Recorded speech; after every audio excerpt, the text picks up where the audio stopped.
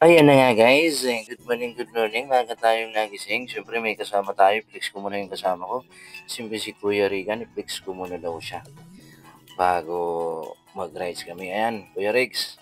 Ayan oh, bagong-bago yung helmet ni Kuya Rex. Sa mga 3,000 daw may yan.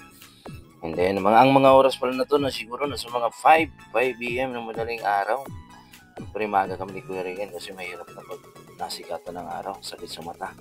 Kaya ito, siyempre, tiningnan muna ni Kuya Regan yung motor niya. Sabi niya, parang walang gasolina na to. Siyempre, may nakita kami. Ayan, nagpagasolina na si Kuya Regan, worth of 4,000. After that, back na kami. So, ito yung nakita namin na tanawin.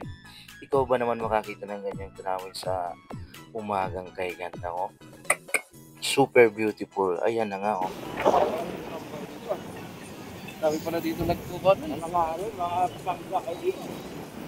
Sampayan. Sumusayip guys. Good morning. Nanganganin naman.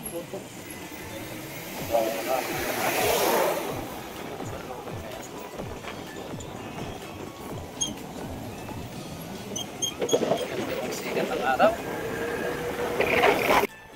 Napakaganda talaga kasi guys yung nagra-rides kayo ng umaga kasi hindi pa masakit sa araw. Tapos yun ang makikita nyo, napakasarap sa matang makita yung ganyang kalikasan na bubungad sa'yo sa umaga. Diba guys? Kaya syempre, pag nagra-rides tayo, syempre unang-una, ang nagra-rides tayo dapat complete gear tayo. Helmet, tapos sapatos, pantalon para iwas disgrasya. And then, syempre, bago mag-rides, syempre, muna tayo Papa Jesus. Magpipray muna tayo. Ingatan tayo sa daan. Saan man tayo pupunta. Iba rin kasi yung pakiramdam kapag nagra-rides ka, di ba? Yung mga kagulong natin dyan. Lalo na pag papuntang province, yung magra-rides kayo. Napakasarap sa pakiramdam. Tapos yung simoy ng hangin, maninibago kayo dahil sobrang lamig. Katulad yan, napakalamig dyan sa area na yan. Akala ko nga nasa Baguio ko eh. Di ko akalain kasi alam mo naman dito sa Maynila. Ako, aircon pa bago ka matulog. Kaya nakakapanibago na. Kahit naka-jacket na ako niyan, tama ko pa rin yung lamig niyan. Dyan sa area na napakasarap. Tapos yung tanawin na makikita mo talaga, napakaliwalas. Siyempre yung mga tao dyan, napakaswerte din nila kasi siyempre nandyan sila nakatira. So, let's go guys! So pag ganito kalamig, Greg, tapos ganito yung araw-araw na biyahe mo. Hello. Ganito. Ayan na nga guys, pupunta pala kami ngayon sa may Liliw Laguna, so may kabahan pa ang biyahe namin. Itong oras na to siguro nasa mga papalang 7, 6. Parang may gym shop na binibinta na. Tulog din yan, Kuya Rex.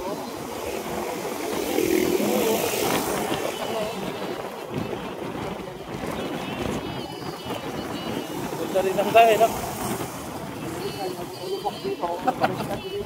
Kaso ramdam mo ang lubak niya.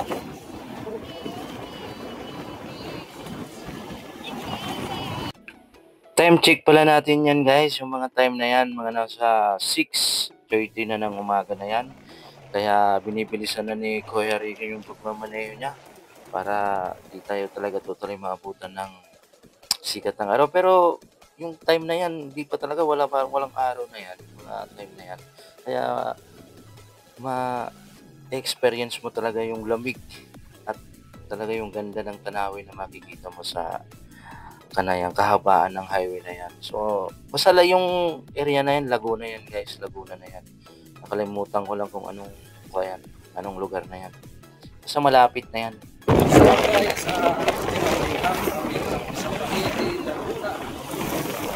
Oh, ayan na nga guys, sa may Paiti Laguna pala yan. Laguna na pala yan, Paiti Laguna. Oh, ganda rin ng Paiti pala Laguna, oh. Siksik pa sa kagubatan yung Paiti Laguna. So, shout out sa inyo yan. Kung makarating man ang video kong ito, napakaganda sa inyo. Ayan na nga.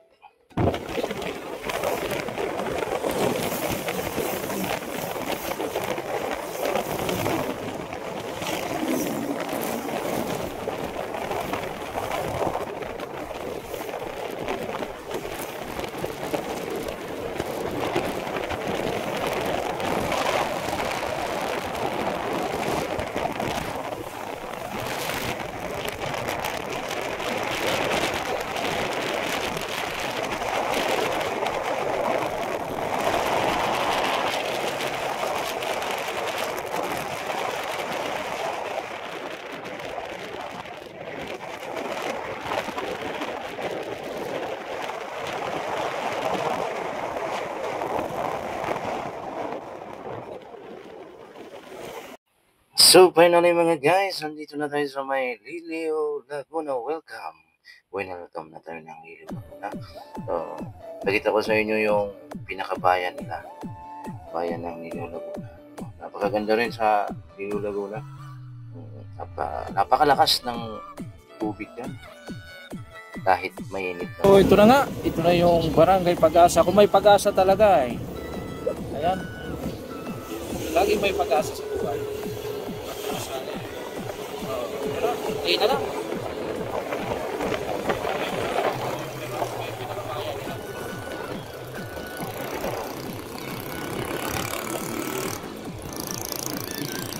Malaki din pala ang Liliw, Laguna.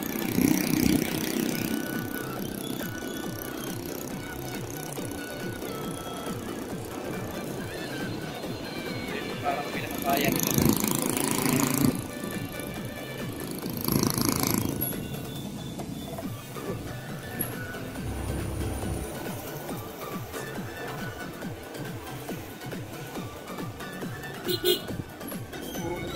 Ha?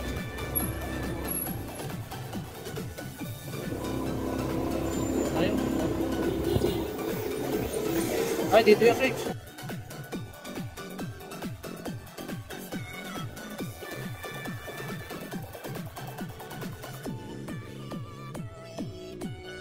So yan naman katong vlog guys.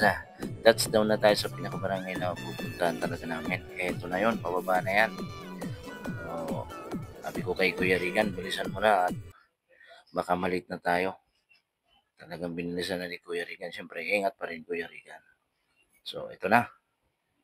Then, siyempre, pasalamat tayo at safe yung pag-rise natin. Nakarating tayo ng walang anumang nangyari. Thanks for watching.